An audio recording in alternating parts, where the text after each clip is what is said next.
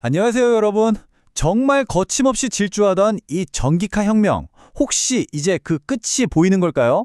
지난 몇 년간 뭐랄까 폭발적인 성장이 너무나 당연하게만 보였잖아요. 그런데 여기에 아주 강력한 급제동이 걸렸습니다. 오늘 이 거대한 시장의 지각 변동, 그 핵심을 한번 제대로 파헤쳐 보겠습니다. 그리고 시작하기 전에요. 혹시 지금 종목 분석이 필요하신 분들은 화분에 보이는 번호 010-6297-0760으로 종목명, 매수가, 비중을 문자로 남겨주세요. 제가 장대양봉의 기원을 팍팍 담아서 아주 성의껏 분석해드리겠습니다. 자, 화면에 보이는 이 숫자 한번 보시죠. 플러스 2%. 이게 뭘 의미할까요? 불과 1, 2년 전만 해도 막 수십 %씩 정말 무섭게 성장하던 전 세계 전기차 시장의 작년 11월 성장률입니다. 아니, 모두가 그렇게 열광하던 전기차 붐, 대체 무슨 일이 벌어지고 있는 걸까요? 네, 이 복잡한 시장의 변화를 제대로 이해하려면 좀 체계적으로 봐야겠죠? 오늘은 이렇게 크게 5가지 흐름을 따라서 하나하나 짚어보겠습니다. 자, 첫 번째입니다. 글로벌 전기차 시장의 둔화. 이건 뭐 이제 부인할 수 없는 사실이 됐죠. 제가 분명히 말씀드리지만 성장이 완전히 멈춘 건 아니에요. 하지만 뭐 두 자릿수 성장은 그냥 기본이었던 그런 골디락스 시대는 이제 막을 내렸다. 이렇게 봐야 합니다. 이번 데이터가 의미하는 건요, 단순한 속도 저하가 아닙니다. 이건 시장이 완전히 새로운 국면으로, 그러니까 훨씬 더 험난하고 까다로운 길로 접어들었다는 걸 알리는 아주 중요한 신호탄이라고 할 수 있어요. 그런데 말이죠, 이 전 세계적인 둔화 현상을 제대로 보려면 그냥 뭉뚱그려서 보면 안 됩니다.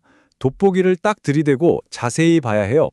왜냐하면 이건 하나의 이야기가 아니라 완전히 다른 속도로 달리고 있는 세 개의 다른 시장 이야기가 합쳐진 결과거든요. 먼저 미국 시장부터 한번 볼까요? 한때 전기차 혁명을 정말 앞에서 이끌던 그런 시장이었는데 지금 분위기가 완전히 얼어붙었습니다. 비유하자면 정말 뜨거웠던 파티가 끝나고 모두가 집으로 돌아간 그런 썰렁한 모습이에요. 이 그래프 좀 보세요.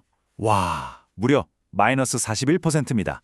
이게 무슨 뜻이냐면 작년 같은 달에 비해서 판매량이 거의 반토막이 났다는 거예요. 이런 급격한 하락이 심지어 2달 연속 이어졌다는 건 딱 한 가지를 의미합니다. 수요가 그야말로 급속 냉각되고 있다는 거죠. 여기서 참 흥미로운 역설이 발생해요. 테슬라 모델 Y처럼 가장 인기 있는 차들은 여전히 잘 팔려나가고 있습니다. 근데 그게 다라는 거예요. 더 넓은 시장의 수요 자체가 그냥 증발해버린 거죠. 가장 유력한 원인으로는 역시 정부의 세액공제 혜택이 줄어든 게 꼽히고 있습니다.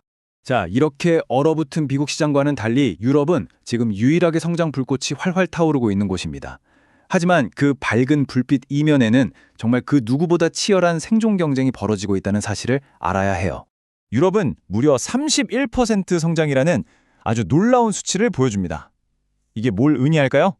네, 바로 정부의 강력한 규제와 보조금 정책이 소비자들의 지갑을 여는데 성공하고 있다는 아주 명백한 증거라고 할 수 있겠습니다. 이제 세계 최대 전기차 시장 중국으로 가보겠습니다. 그동안 정말 엄청난 성장을 거듭해왔죠. 그런데 이제는 그 성장세가 좀 주춤하면서 잠시 숨을 고르는 듯한 모습을 보이고 있습니다. 마이너스 2%.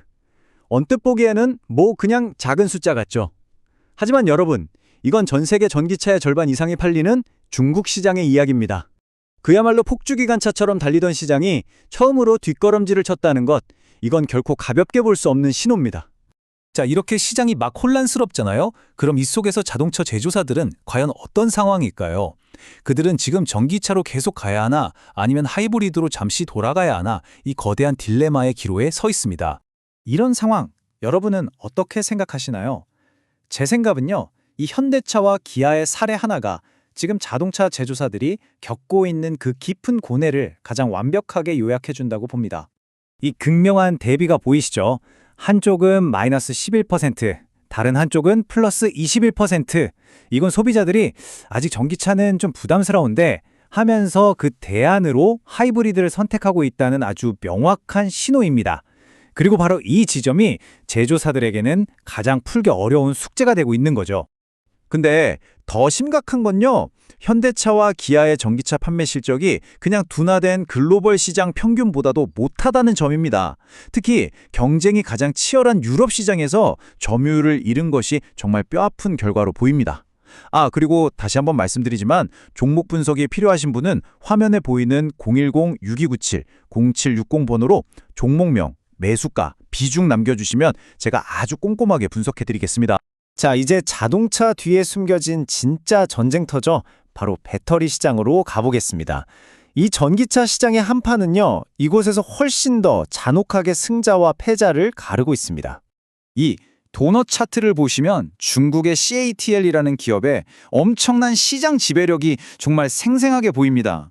전 세계 시장의 무려 41%를 장악하고 있어요. 이건 뭐 거의 독점에 가까운 수준이라고 봐야겠죠. 이 표를 보면 그 격차가 어떻게 더 벌어지고 있는지가 명확하게 보입니다. 1위와 2위인 중국 기업들은 이런 상황에서도 성장을 거듭하면서 독주 체제를 굳히고 있죠. 반면에 우리나라의 LG에너지솔루션과 SK온은 역성장을 기록하면서 정말 힘겨운 싸움을 하고 있습니다. 자, 이제 마지막 결론입니다. 오늘 우리가 이 데이터들을 통해서 확인한 건 대체 무엇일까요? 제 생각에는 바로 이 전기차 시장이 더 이상 단거리 경주가 아니라 아주 길고 험난한 마라톤의 초입에 들어섰다는 사실입니다. 오늘 분석의 핵심 딱 한 문장으로 요약하자면 바로 이겁니다. 손쉽게 기하급수적으로 성장하던 전기차의 시대는 이제 끝났습니다. 그렇다면 이 시장 성숙기라는 새로운 현실, 이게 대체 뭘 의미할까요? 예전에는요, 그냥 전기차를 만들기만 하면 팔렸어요. 하지만 이제는 다릅니다. 누가 더 똑똑하게, 누가 더 효율적으로, 그리고 각 시장의 특성에 맞게 파고드는지에 따라서 생존이 갈 일이 될 겁니다. 네, 이제 자동차 역사의 새로운 장이 열리고 있습니다. 이 길고 힘든 경주에서 과연 누가 끝까지 버틸 체력을 가지고 있을까요? 그리고 누가 가장 먼저 쓰러지게 될까요? 오늘 분석은 여기까지입니다. 그리고 마지막으로 제가 유튜브 채널을 더 키우기 위해서 이렇게 영상을 제작하고 있습니다. 구독자분들의 관심사를 잘 알고 또 그걸 반영해서 영상을 만들어야 하기 때문에 여러분들의 참여가 저에게는 정말 큰 힘이 됩니다. 개별 종목 분석이 필요하신 분들은 잊지 마시고 010-6297-076번 번호로 종목명, 매수가, 비중을 남겨주세요. 장대양봉의 기운을 담아서 성심성의껏 분석해드리겠습니다. 감사합니다.